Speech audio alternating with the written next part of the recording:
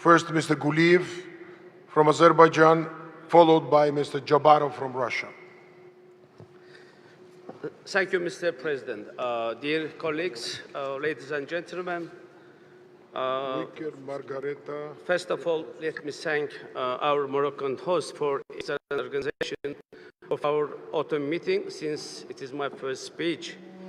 And I do appreciate that we, as the OSCE Parliamentary Assembly, first time ever, are holding our session in partner countries, which is pretty much appreciated. It also means that OSCE is really willing and ready to cooperate not only with member countries as well as with the neighboring region.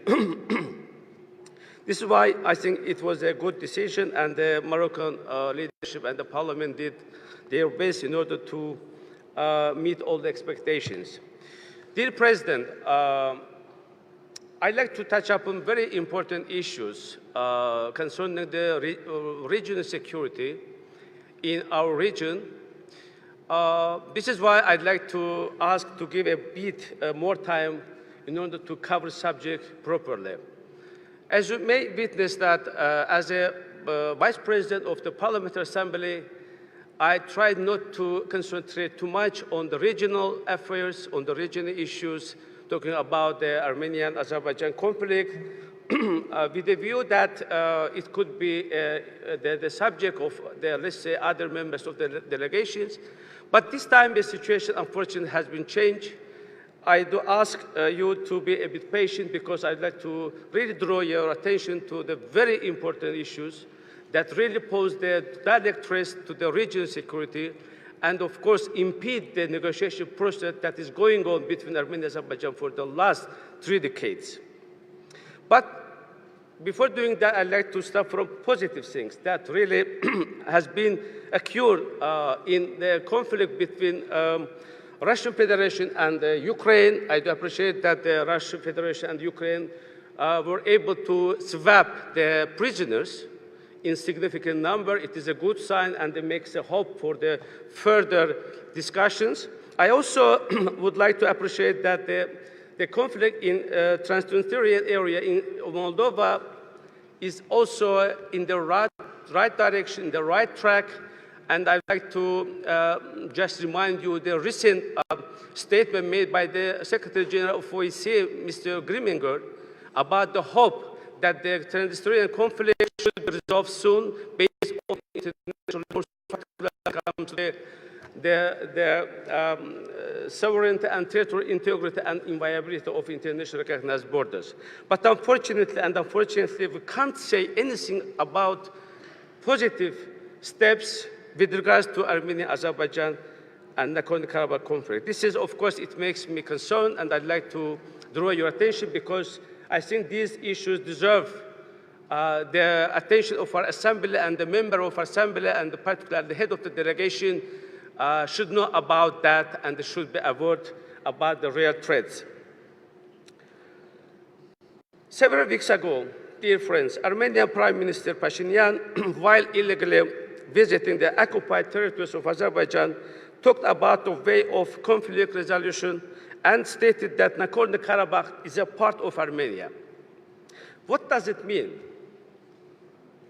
It is a legitimate question which needs to be answered.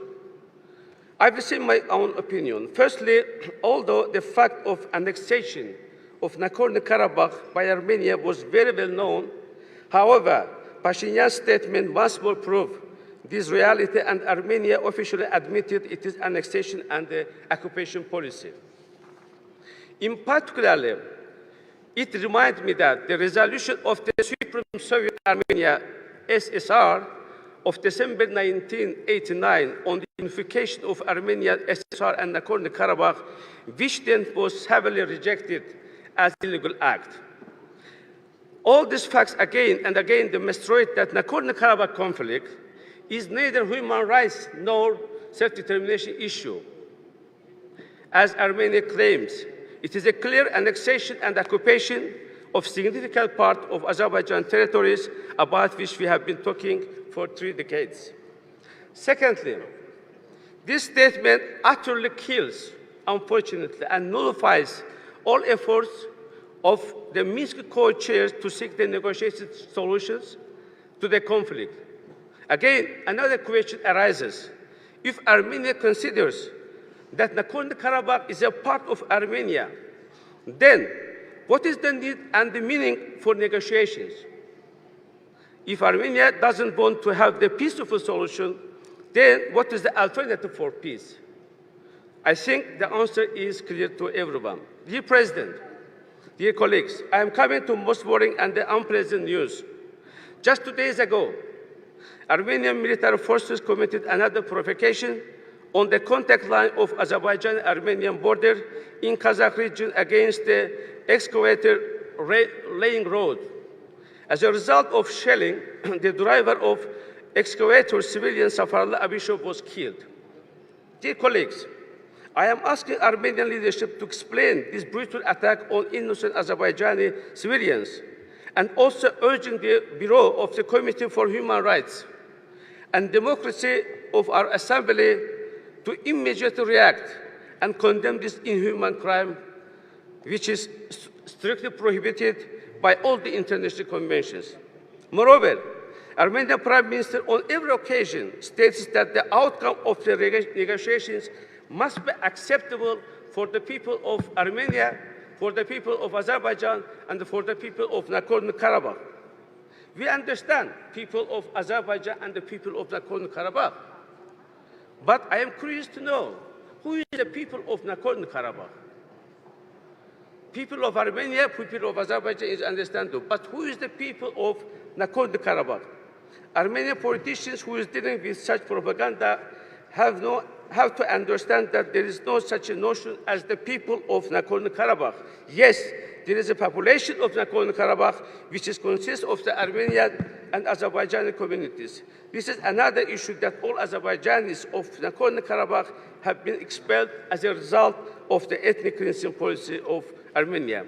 But anyway, I would more than agree that the outcome of the solution must be acceptable for both communities of Nagorno-Karabakh, not only Armenians.